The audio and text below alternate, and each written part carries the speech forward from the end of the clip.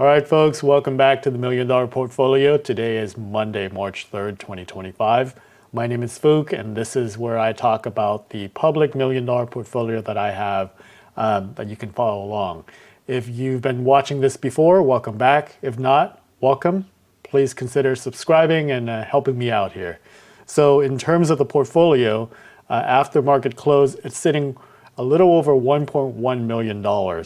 And that's considering that we're down about 1,800 for the day, which is, essentially flat, given that the broader market is down 1.76% for the S&P 500 and 2.64% for the NASDAQ. So on a relative basis, that's actually pretty good.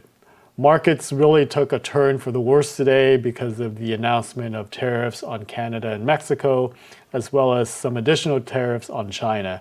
So yeah, markets didn't really like that at all. So there we are. In terms of the portfolio itself and the allocation, let's talk a little bit about that. I'm going to give the macro high-level allocation, and then we're going to talk a little bit about how I leverage it up.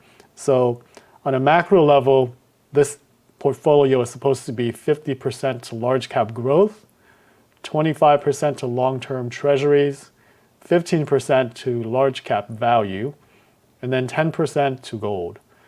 On the levering up the portfolio, I took the 50% large cap growth and I split it into 35% for QQQ, which is the NASDAQ 100, and then 15% to the TQQQ. This is the triple leverage bull ETF for the NASDAQ. And then I did the same on the long-term treasuries, 15% to TLT, which is long duration government treasuries, but then the other 10% is going to TMF, which is the triple leverage bullish long treasuries. And then for the 15% allocation of large cap value, I'm using Schwab dividend ETF. So this is SCHD or Realty Income Core. I have both, and they both act as a large cap value position in the portfolio. And then for the gold, it's just GLD.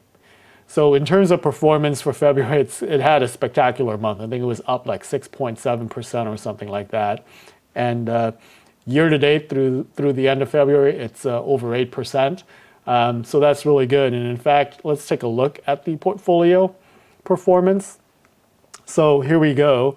From February 1st to the 28th, it was up 6.68%. So that's pretty much 6.7%, while the S&P 500 was down 1.3% for the month. On a year-to-date basis, the portfolio was up 8.12% compared to the S&P 500. So this long-term treasury play that I have is starting to pay off, although I'm still in the red. So what's the long-term plan for this portfolio? Well, I like to move back to the intended allocation because, as you can see here, I am in 45% TMF and 12% TLT, which is way out of line, and not that much in gold and not that much in the triple leverage large cap growth or the regular NASDAQ. And I like to move back into that intended allocation, but yeah, with concerns on growth, on tariffs, on everything else, people are flocking to government bonds. That's considered a safe asset. So I'm benefiting from that. So the intention is to move back to my allocation and then hang on for the ride.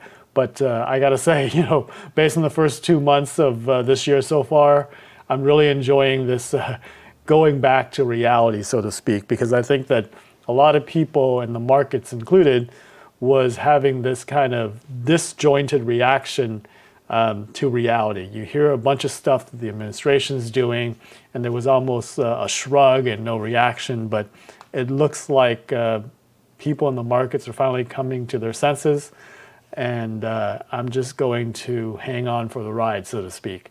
So that's it for the update for this month for the $1 Million Portfolio. I'll see you back on April, and we'll do this again. Thanks for following along, and I'll see you in the next one. Later.